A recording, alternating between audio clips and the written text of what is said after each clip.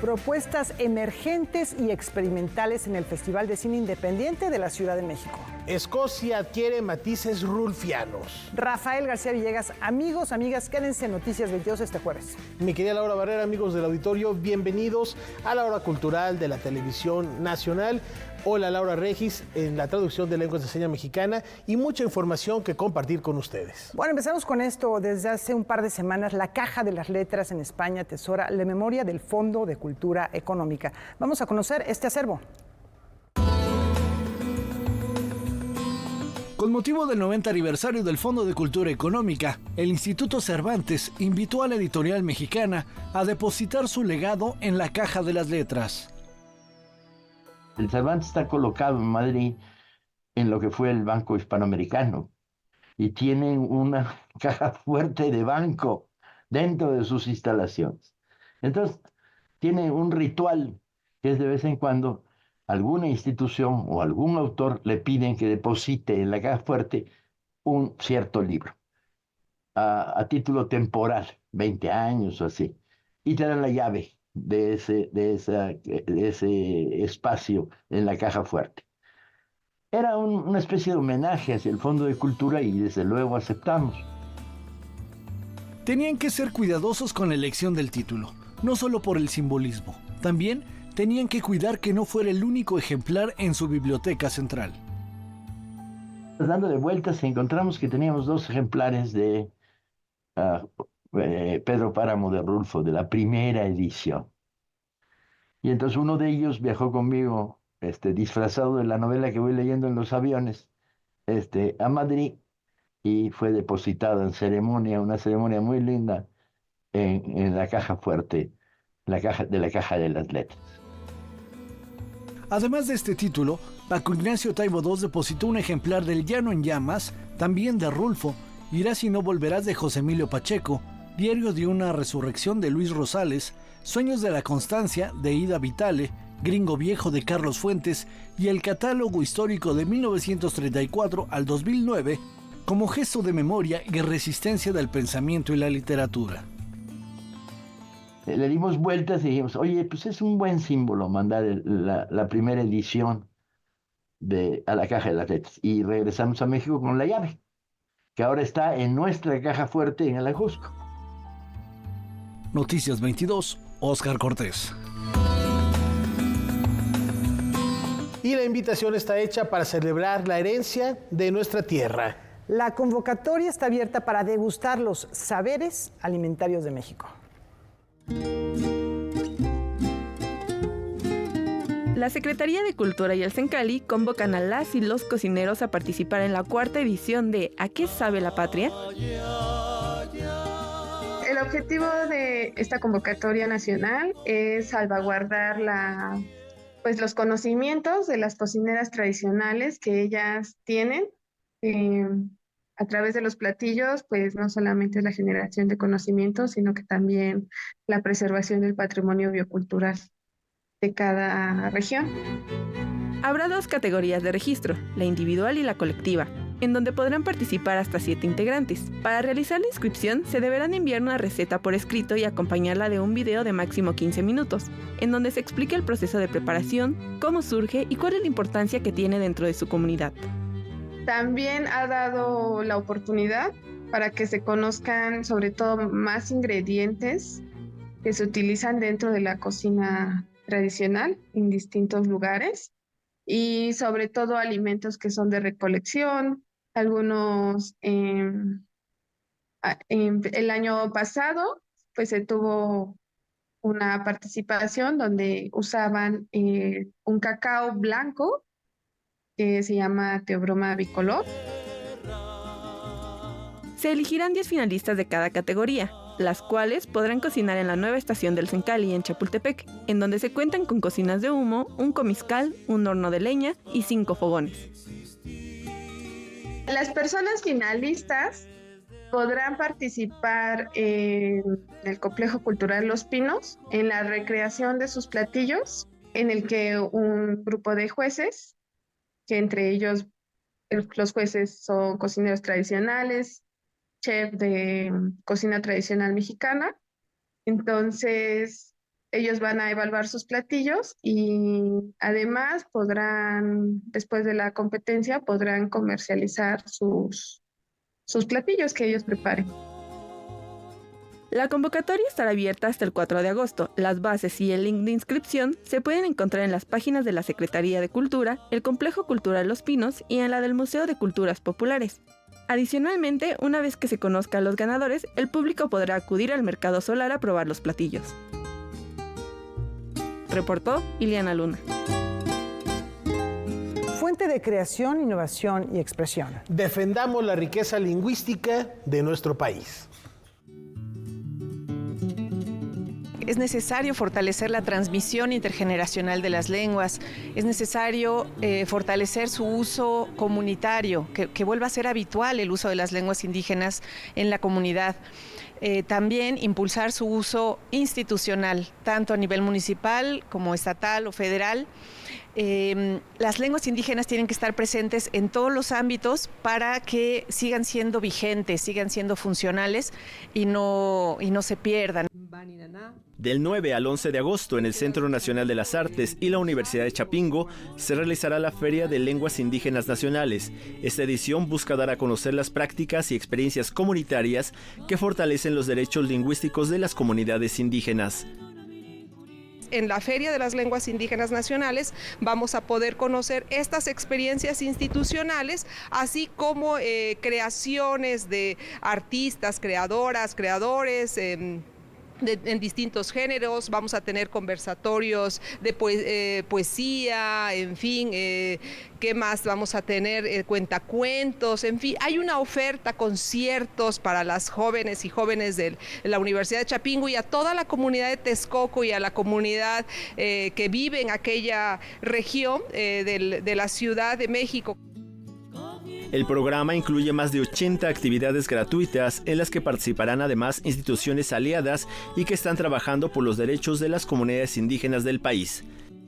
Por ejemplo, es todo el esfuerzo del IMCINE para producir cine mexicano en lenguas indígenas. Entonces, recién ha concluido esta muestra que ellos organizan sobre cine hecho en lenguas indígenas, entonces nos parece muy relevante. Lo mismo que la serie de convocatorias que se desarrollan por el Sistema Nacional de Creadores. Hay una oferta que va dirigida hacia población indígena, escritores, creadores en lenguas indígenas.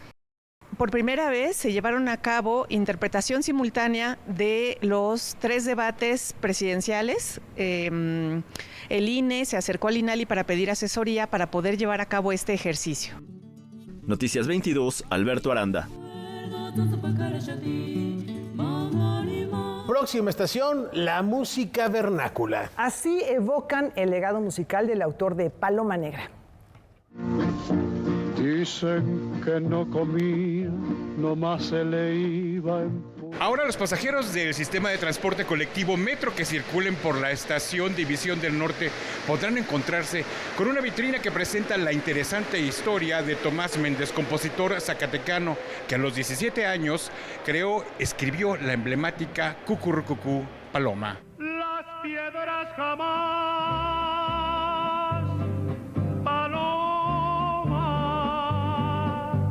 Es algo común que los compositores no tengan tanta conocimiento de su rostro, la gente, porque los intérpretes son los que dan la cara y es lo que se está luchando en la Sociedad de Autores y Compositores de México, que sepan quién es el compositor y que conozcan su rostro. Ahora, lo importante de Tomás Méndez es su música. Cucurrucucú Paloma es la canción de música de mariachi más importante de todos los tiempos en el mundo. Cucurrucucú Paloma se ha grabado en más de 70 idiomas, se ha tocado en todos los géneros musicales, hay más de 1000 versiones, tuve que contratar un científico de datos para saber cuántas versiones y todavía no hemos terminado de saber. Esta vitrina que recrea la vida del compositor nacido en Fresnillo en 1926 reúne objetos e información de Tomás Méndez gracias al esfuerzo de su familia, del Sistema de Transporte Colectivo Metro y de la Sociedad de Autores y Compositores de México, que han impulsado el reconocimiento de sus agremiados en varios espacios de la estación División del Norte con el denominado Pasillo del Compositor. En esta vitrina es una radiografía del alma de Tomás Méndez, de su mente. Realmente lo más importante de Tomás Méndez es su bellísima música, pero yo los invito a que diseccionen, desmenucen sus letras. El contenido de sus letras es, para mi gusto, el mejor fabulista de México, porque no nada más le da cualidades humanas a los animales, sino también a los estados, a la lluvia, a las arboladas, al cielo, al sol. Los humaniza. La creatividad de Tomás Méndez dio evidencia a temprana edad. A los 15 años, compuso su primera canción titulada Adorable Pervertida, recuerda a su hijo, letra que dio inicio a una prolífica carrera. Van a poder escuchar la vitrina, la cuenta y la dirige el mismo Tomás Méndez con su última entrevista que se lo hizo el hijo de González Curiel. Tenemos esa entrevista a través de código QR al lado de la fotografía, pone la ficha bibliográfica o museográfica, pero como una asociación al cerebro abrimos el código y ya escuchamos a Tomás Méndez hablar exactamente del momento. Y en esta vitrina se dará a conocer la verdadera historia de Cucurrucucú Paloma. Usted podrá acceder también a través de códigos QR a interesantes fragmentos de entrevistas del maestro Tomás Méndez directamente aquí en la estación División del Norte del Sistema de Transporte Colectivo Metro. En la cámara, Óscar López y Baldomero Ochoa, Noticias 22, Víctor Gaspar. Hoy cumple años quien fue considerada la bebé del siglo. Un hito que desafió a la ciencia y los tabúes de la época.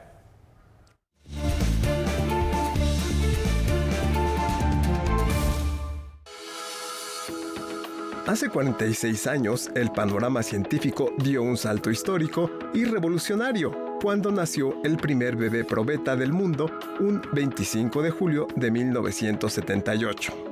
Se trata de Louise Joy Brown, una mujer inglesa cuyo nacimiento fue parte de un proceso totalmente experimental que llevaron a cabo los pioneros en fertilización in vitro Robert Edwards y Patrick Steptoe.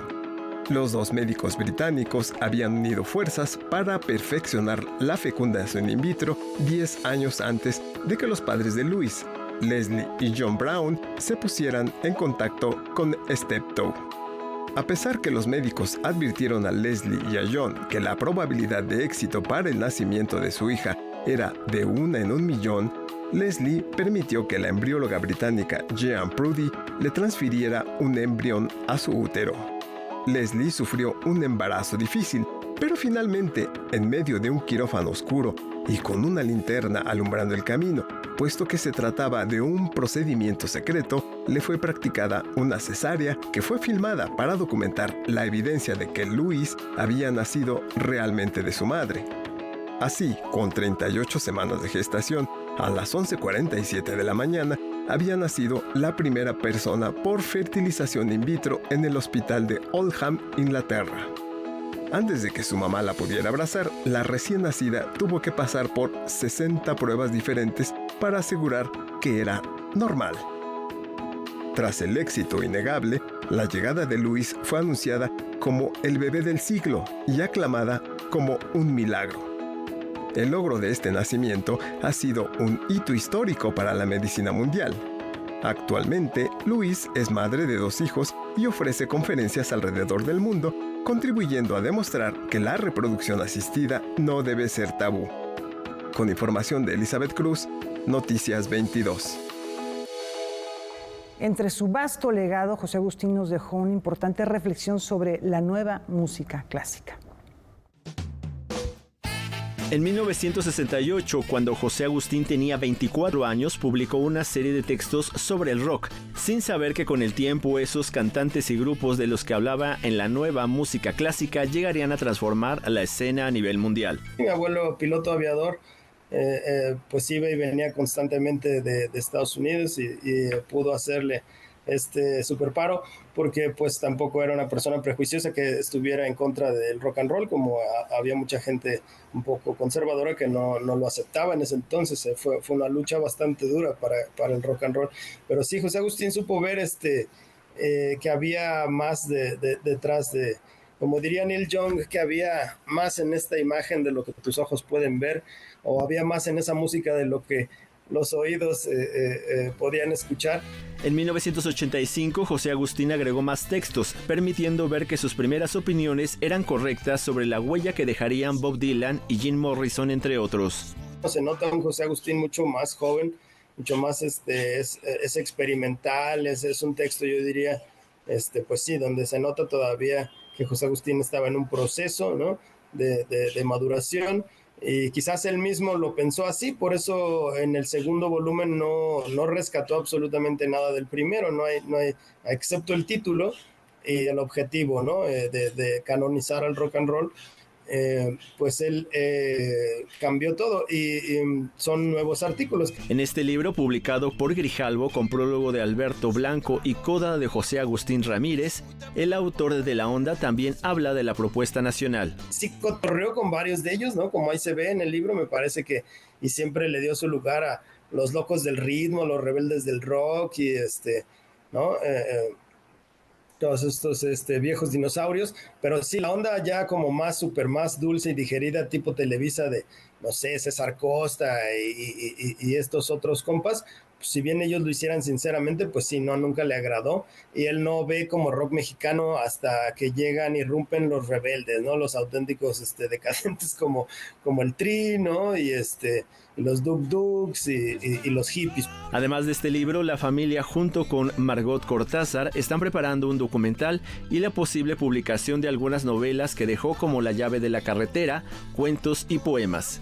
Hay muchísima poesía, nunca se atrevió a salir del closet como poeta, y porque lo regañó Juan José Arreola en el taller, entonces pues ahí se quedaron todos, y ahí ahorita recuperamos como 50 poemas de amor a mi mamá, dedicados a mi mamá, que pues ella sobre todo está viendo que se publique una plaqueta con eso, aunque sea, ¿no? Pero tiene más poesía, no sé si llegará a ser publicada. Noticias 22, Alberto Aranda. Comala ahora se ubicará en Edimburgo. Conozcamos más sobre este estudio de teatro y música en torno a Pedro Páramo. La obra de teatro Comala Comala, interpretada por el actor Stefano Morales, se presentará en el Edinburgh Festival Fringe. Se trata de una adaptación del libro Pedro Páramo del escritor mexicano Juan Rulfo, un estudio musical que sigue los pasos del protagonista Juan Preciado en su búsqueda de venganza contra un padre perdido. Quisimos hacer algo musical a partir de esta obra porque creemos que la obra de Rulfo tiene mucho que ver con los ambientes pues sonoros que él describía y creaba en su novela. La propuesta escénica justo es, creo que es a partir de este encuentro entre la vida y la muerte, que es precisamente el recorrido que Juan Preciado tiene en la obra. Con música original de Pablo Chemor y texto de Conchi León, la pieza escénica original reinventa los personajes de la novela latinoamericana del siglo XX como una experiencia teatral inmersiva. Este homenaje irreverente a la cultura mexicana, que se convierte en un viaje surrealista a través de los mundos de los vivos y los muertos, alimentado por la historia, llegará a Edimburgo en su temporada más larga. Tendremos 25 funciones durante el mes de agosto, del 2 al 26, 27, sí, o sea, diario. Estaremos presentándonos en español con subtítulos en inglés. Y bueno, sí tenemos una introducción y un epílogo que haremos en inglés. Edinburgh Festival Fringe muestra a una explosión de energía creativa de todo el mundo y espectáculos dirigidos para todo público. Artistas e intérpretes que suben a cientos de escenarios por toda la ciudad. Comala Comala representa con orgullo a México. Con información de Karen Rivera, Noticias 22. En este encuentro, la cultura cinematográfica se alimenta de propuestas contemporáneas y estéticas que desafían las convenciones. Hasta el domingo 28 de julio se lleva a cabo en la capital del país la 7ª edición del Festival de Cine Independiente de la Ciudad de México, un espacio de exhibición alternativo que da cabida a todo tipo de propuestas emergentes, de autor, autodidactas, experimentales, de bajo presupuesto y a contracorriente de la industria cinematográfica. Lo que busca es eso, ser un trampolín para que los realizadores emergentes sigan haciendo cine y para que también las películas que normalmente no tienen espacios tengan un espacio. El evento inaugural de esta fiesta fílmica tuvo lugar en el auditorio de la Biblioteca Vasconcelos, donde decenas de personas presenciaron la proyección de la película de culto Ángel de Fuego de Dana Rothberg, recientemente restaurada y digitalizada por la Cineteca Nacional. Es muy conmovedor que después de 30 años y precisamente en el contexto del concepto del cine independiente, esta película que efectivamente narrativamente y visualmente es poderosamente independiente y autoral, se honre tantos años después. El festival, realizado gracias al apoyo de Procine Ciudad de México, tendrá este año 10 sedes capitalinas de distintos perfiles con el deseo de llegar a la mayor cantidad de públicos. Algunas de ellas son la Casa de la Primera Imprenta en América, la Faro Cosmos, el Centro de Cultura Digital y el Centro Cultural del México Contemporáneo. Tenemos 40 cortometrajes que además están en competencia, de los cuales se dará un premio y 2 menciones honoríficas. Tenemos 2 largometrajes, uno de ellos en su estreno en la Ciudad de México. Entre las actividades de este año, sobresale la realización de la primera clínica gratuita de desarrollo de largometrajes que será impartida por el reconocido cineasta Carlos Lenin y una función de cine expandido que cerrará con broche de oro el festival. Son 3 piezas comisariadas por el festival a 3 grupos de artistas multidisciplinarios que lo que buscan es romper los limitantes, ¿no? Las fronteras del cine y el audiovisual para volverlo un acto expandido. Todas las actividades del 7º Festival de Cine Independiente de la Ciudad de México son de entrada gratuita. Lo único que hay que hacer es registrarse en su página web. Noticias 22, César H. Meléndez. A unas horas de que arranque la gesta deportiva más importante del mundo, en Noticias 22 volvemos la mirada a la capital francesa y tomamos el pulso al olimpismo desde el Periscopio y veamos qué tiene esta noche Kimberly Armengol. Adelante, Kimberly.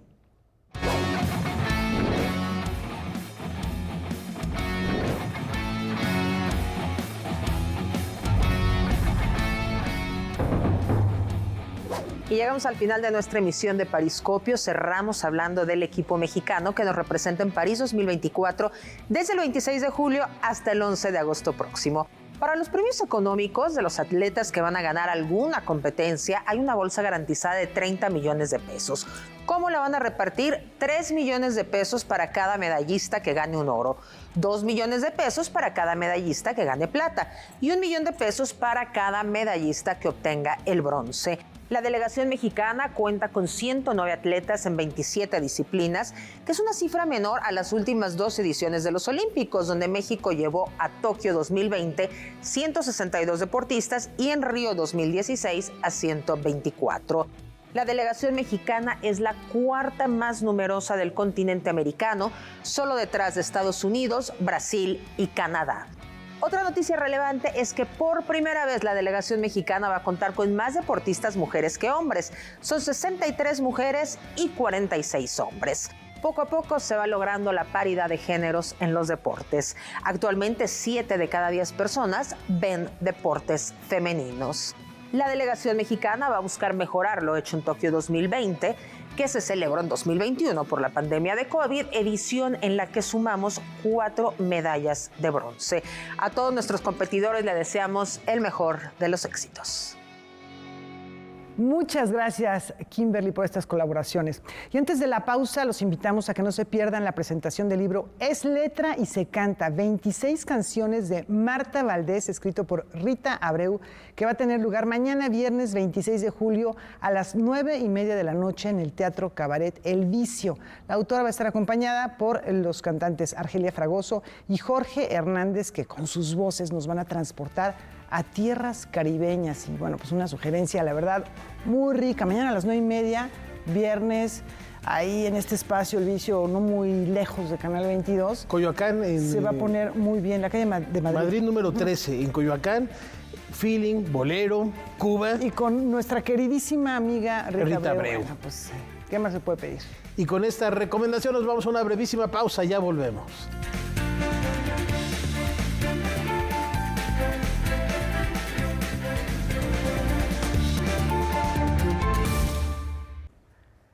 Llegó el momento de sumarnos a la tarea colectiva y leernos en otros.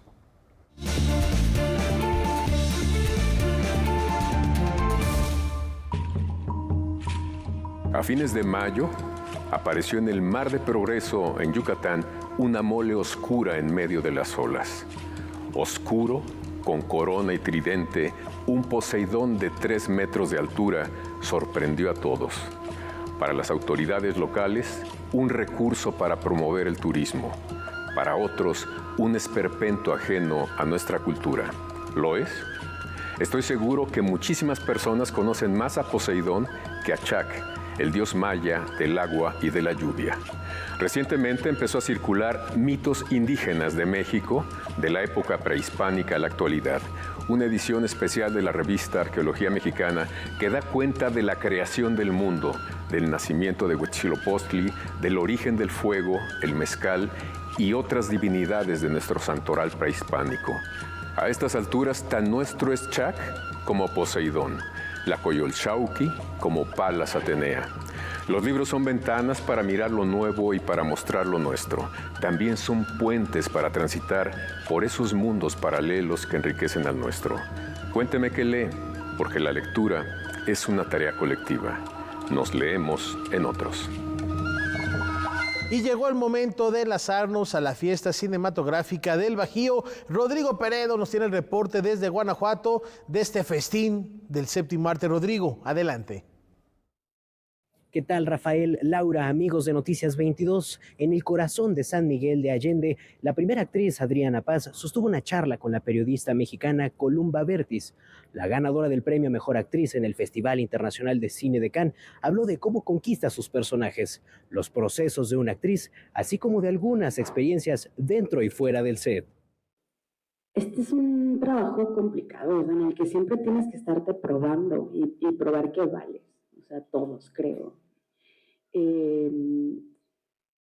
Sí, de pronto creo que he logrado romper con ciertos estereotipos que tienen que ver con la raza o como la apariencia física. No lo he hecho sola. Paz asegura que el primer acercamiento a sus personajes es a través de las vísceras y después desde un análisis de guión, a partir de una mirada más racional. No sé, intento darles todo de mí, ¿sabes? O sea, me acuerdo que un maestro, el maestro Monroy, en la escuela nos decía, en el metro no se duerman, chicos, o sea, tienen 1 hora y media para observar el mundo. Intento eso, como todo lo que he vivido, toda mi experiencia, toda mi carne, o sea, me entrego total porque me gusta mucho lo que siento cuando actúo, ¿no? Yo creo que no hay que quedarse con las ganas de las cosas, la verdad, y prepararse es fundamental y es muy divertido además tomar muchos talleres e irte conociendo y conocer gente y así vas encontrando tu camino. Sí tomé algunas clases de método, pero al final el método es el que tú haces, o sea, el que te funciona, lo que te decía. La preparación es necesaria, o sea, yo sí creo que tomar cursos, todo es súper importante, pero al final es para agarrar de eso lo que mejor te funciona a ti. Dentro de la selección oficial de largometraje de ficción México, me encontré con una mirada particular hacia el mundo de la tauromaquia. El poeta, filósofo y cineasta Alessandro Pugno estrenó Animal Humano.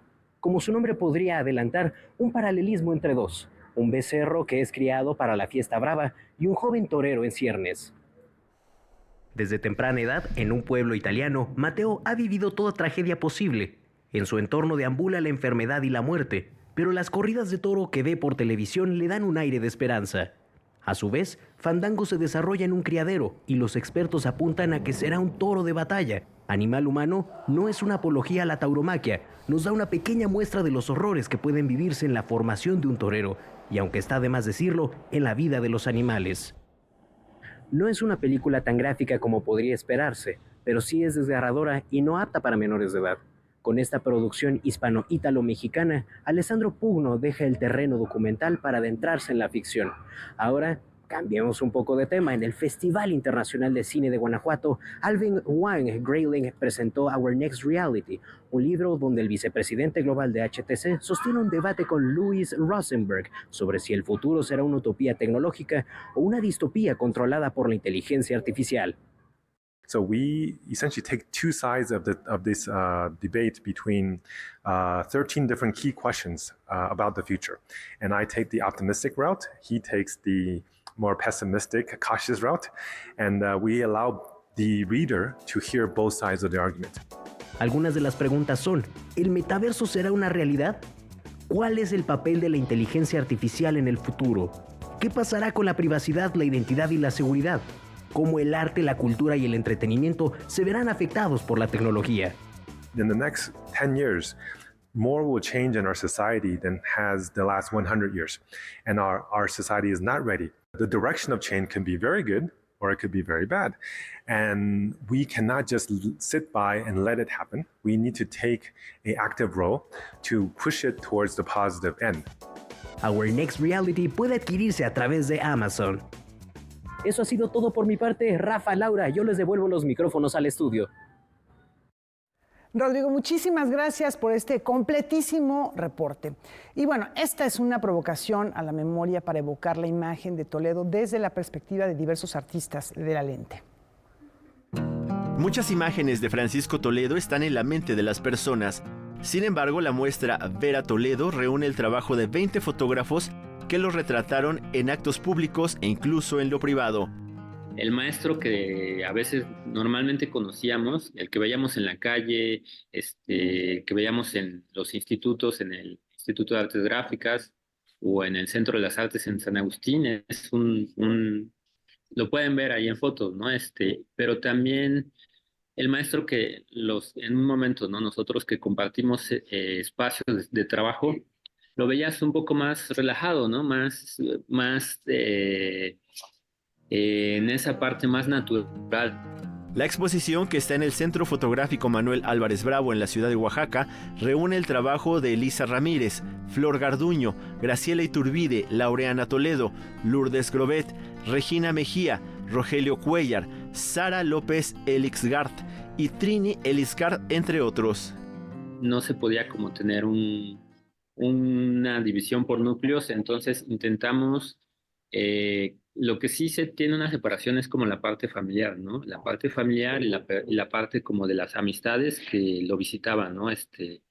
Algunas personas que se tomaban fotografías con él, ¿no? Que no tenemos tantas, pero sí hay como esa parte más de la relación humana y ya distribuido en general su trabajo y sus actividades. Algo que creo que es muy notorio, pues es como, pues no solo el transcurso del tiempo, pero también como las personas que formaban parte de su vida en ese tiempo particular. Y creo que eso es muy bonito, ¿no? Como ver a través de otros ojos cómo ellos veían al maestro en ese momento. Y digo, como bien mencionas, pues hay nombres muy reconocidos en la fotografía. Hay algunas que pues nada más, pues digo, no sé, hay una foto que tomamos nosotros que creo que pues nada más es como más de un momento chistoso, pero pues no es una fotografía profesional. En Ver a Toledo está el artista, el defensor social, el promotor, pero también el padre y esposo.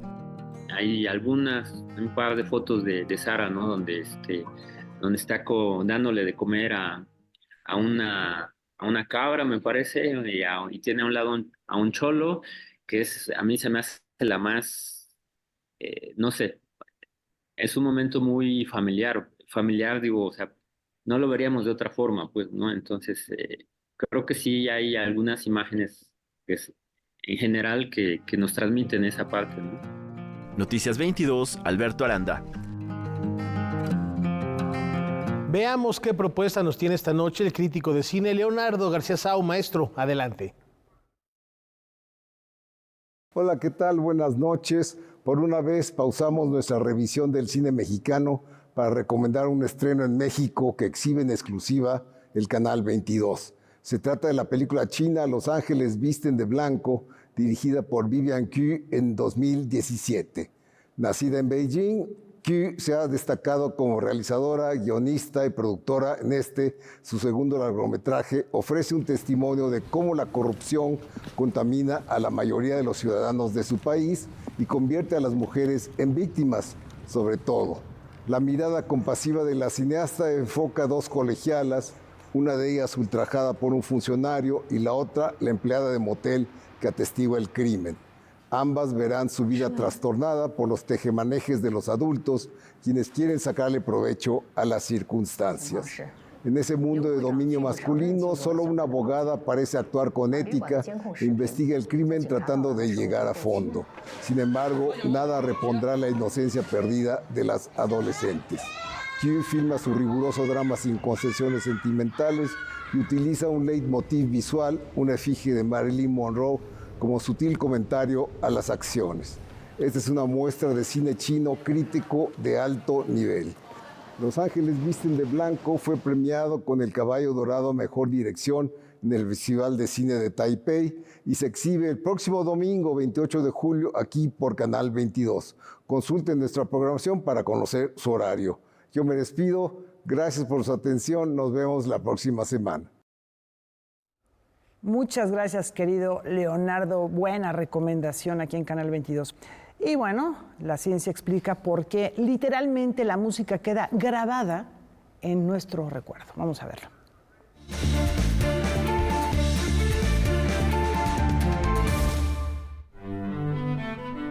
La asociación entre el envejecimiento y el deterioro de la memoria ha sido bastante documentada en la historia. Sin embargo, existen pocas investigaciones sobre cómo la edad afecta nuestros recuerdos musicales.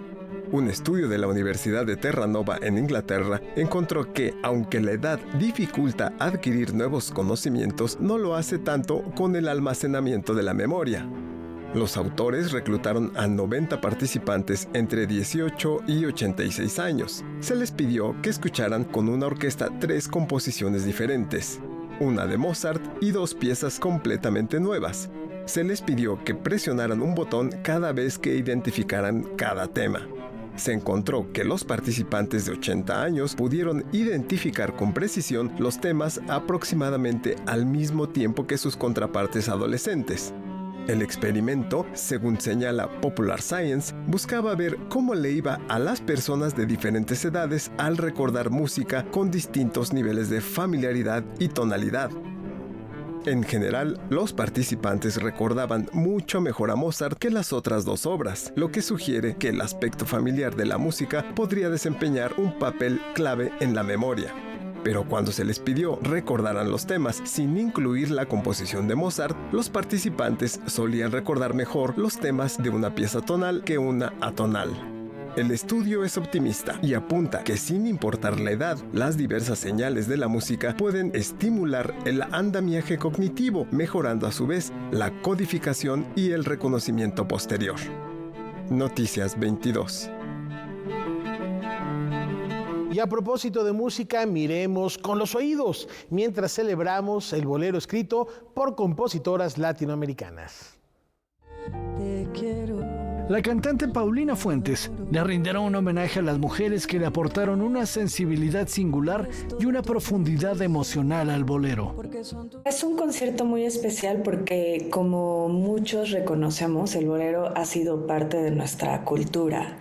Y lo sepamos o no, pues nos ha formado también como personas latinoamericanas. Entonces, yo deseo darle visibilidad a las mujeres compositoras que desde mi perspectiva cambiaron toda la historia del bolero, y no solo eso, sino la implicación social y cultural que su participación ha tenido a lo largo de este tiempo. En este tributo titulado Una mirada al bolero, escrito por compositoras latinoamericanas, participará Miguel Rodríguez en el bajo, Emilio Reina en el piano y Paulina Fuentes en la voz. Es un concierto distinto a lo que han visto anteriormente, ya que son arreglos contemporáneos en un trío de jazz, y de verdad estoy emocionadísima, más con la idea de pensar que puedan venir a acompañarnos. El concierto se llevará a cabo el 26 de julio en el Auditorio Blas Galindo del Centro Nacional de las Artes. creo que es un gran momento para celebrar la participación femenina. Entonces, de verdad, invito a todos a que vengan al concierto y va a ser un honor para mí cantarles este repertorio con todo el corazón.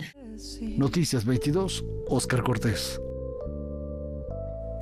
Las arenas del caluroso desierto se visten de nieve. El continente africano se caracteriza por ser un paraje cálido que muchas veces es tendencia por sus altas temperaturas que llegan a los 51 grados. Sin embargo, las redes sociales se han inundado de videos que muestran la extrema nevada que se vivió en Sudáfrica. Las grabaciones captan el desconcierto de los animales ante la situación, así como el asombro que causa a los humanos ver que el café del suelo se torna en un blanco brillante. Sin embargo, esto no es nuevo en la capital financiera de Sudáfrica, pues Emisoras Unidas comenta que las nevadas ya se habían hecho presentes en Johannesburgo.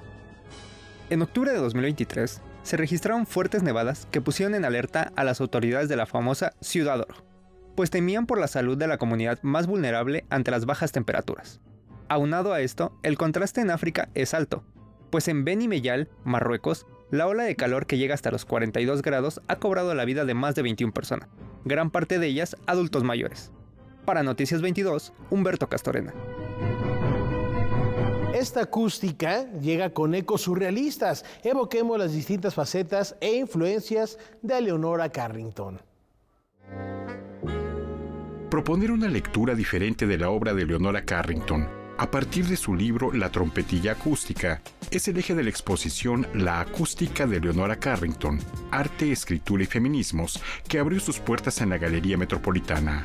A partir de 24 esculturas en diversos formatos, litografías, papel picado, bordados y de un acervo documental que incluye fotografías, carteles, cartas, bocetos y libros, la curadora de la muestra, Giselle Arce Padrón, apunta a una interpretación que va más allá de la dimensión mística y fantástica, de un surrealismo dualista y ortodoxo con el cual se ha abordado la creación de Carrington. Acá quisimos volcarnos justamente a esos personajes de la trompetilla acústica que gracias a la comunión, a la labor de hermandad entre ellas, bueno, una puede escuchar lo que está pasando en el resto del mundo, ¿no? A partir del regalo de la trompetilla. Entonces un poco quisimos explorar desde los ejes arte, escritura y feminismo, explorar esas relaciones artísticas que conformaron el pensamiento intelectual, político y creativo de la propia Leonora Carrington.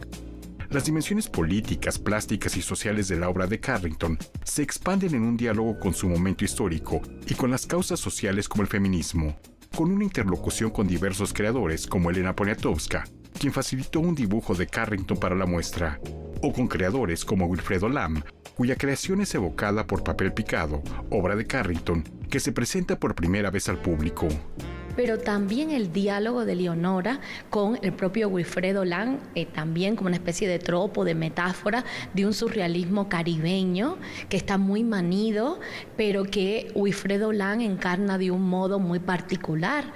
Es esa relación también, ese ir y venir, esos pliegues entre un pensamiento afrocaribeño y un pensamiento europeo, chino, porque incluso toda la parte de la familia materna de Wilfredo Lam era china. Entonces, cómo todo eso confluye en espacios donde parecería que no vamos a encontrar esas influencias. La muestra se organiza en 3 salas. La primera ofrece obra plástica. Una segunda sección explora los acervos archivísticos, en los que surgen temas como el feminismo y la ecología. Una última sala expone obras inéditas como los bordados.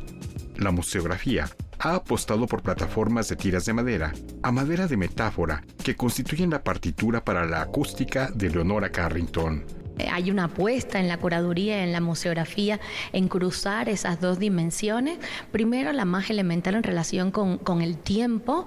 Es un tiempo, claro, que es histórico, pero lleno de pliegues. No hay acá una voluntad de ubicar cronológicamente ni la vida ni la obra creativa de Leonora, sino justamente usar los pliegues, usar como, incluso no es casual que en términos museográficos hayamos resuelto poner las escultura sobre determinadas líneas de madera.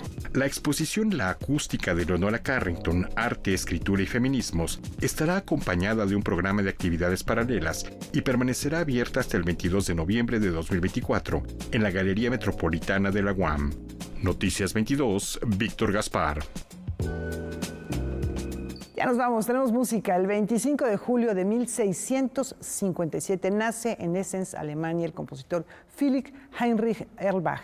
Aunque a lo largo de su vida solamente viajó por Alemania Central, fue un músico que gozó de gran estimación por parte de sus contemporáneos, autor de sonatas para viola da gamba, para violín. Mucha de su obra se ha perdido, él fue maestro de capilla, pero compuso tanto música sagrada como seglar. Se perdió en un incendio. De hecho, estaba compilada todas sus óperas, que solo se rescataron algunas arias, y de su música escrita hay 4 o 5 partituras completas, porque ya en el siglo XVIII vino este incendio. Él fue maestro de capilla, su padre también fue maestro de capilla, y se perdió gran parte de su obra, y como no se acostumbraba a la transcripción de las mismas, eran las únicas piezas. Se incendia la capilla y se pierde gran parte de este legado, que no obstante rescatan algunos contemporáneos porque era muy admirado. Ya los alumnos empezaron a transcribir algunas cosas, pero no se sabe a ciencia cierta si la fidelidad con que fueron transcritas obedece a lo que escribió este gran autor del barroco. Y es curiosamente una de las figuras olvidadas, porque de repente encontramos